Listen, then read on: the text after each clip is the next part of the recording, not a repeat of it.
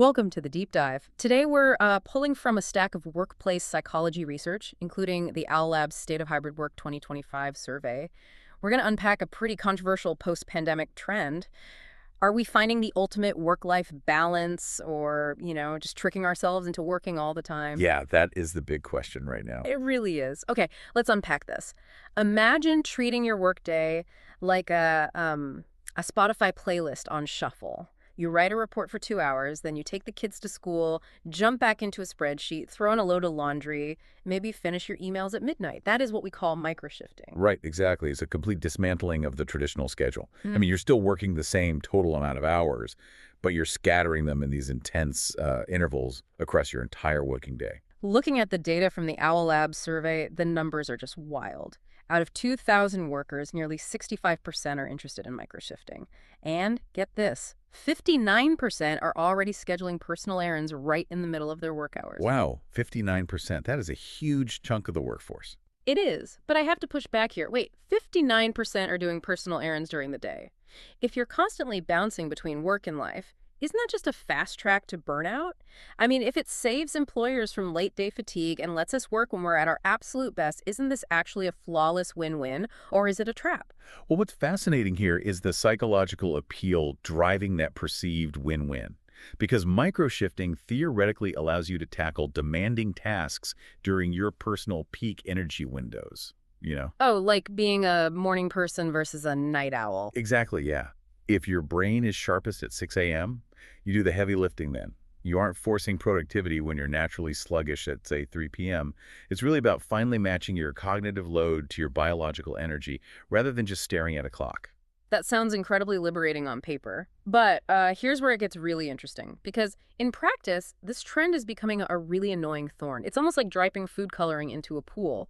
Without the strict container of a traditional schedule, work just sort of disperses and colors your entire waking day. Oh, absolutely. Suddenly you're answering Slacks on a Sunday morning. Right, exactly. And if we connect this to the bigger picture, that food coloring metaphor perfectly captures the danger.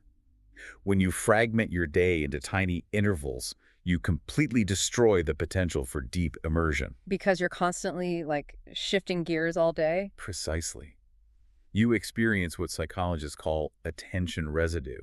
So when you switch from writing a complex proposal to doing the laundry, part of your brain stays stuck on the proposal. It's just running in the background. Oh, wow. So it's like having way too many tabs open in your brain. Yes, So exactly. it totally explains why people feel absolutely exhausted, even if they only clock their standard 8 hours. They're paying this massive cognitive switching tax all day long. Yeah, that switching tax is brutal. And the friction scales up to the team level, too, because mismatched schedules ruin real-time collaboration. I mean, you simply can't make timely decisions if half the team is offline doing errands. That makes a lot of sense. You can't get a quick answer when you actually need one. Right. Furthermore, this lack of visibility actively undermines a manager's trust.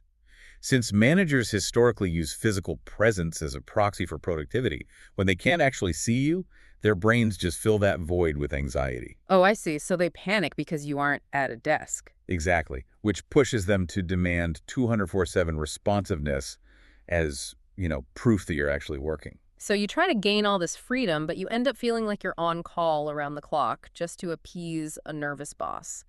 Knowing these heavy risks, how can you actually protect your time if you want to try microshifting? Well, the sources highlight a crucial mandate.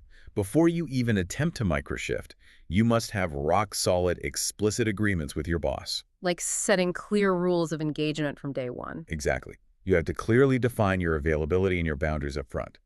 Because without that communication mechanism actively in place, expectations will inevitably spiral out of control. So what does this all mean? It really boils down to this. Flexibility is amazing, but without explicit boundaries, you never truly log off. You're basically just trading a physical cubicle for a mental one that you carry around all day. Yeah, a mental cubicle is a perfect way to describe it. Which leaves you, the listener, with this to mull over. If we completely dismantle the traditional 9 to 5 schedule and scatter our work across all of our waking hours, will society eventually lose the concept of a true weekend altogether?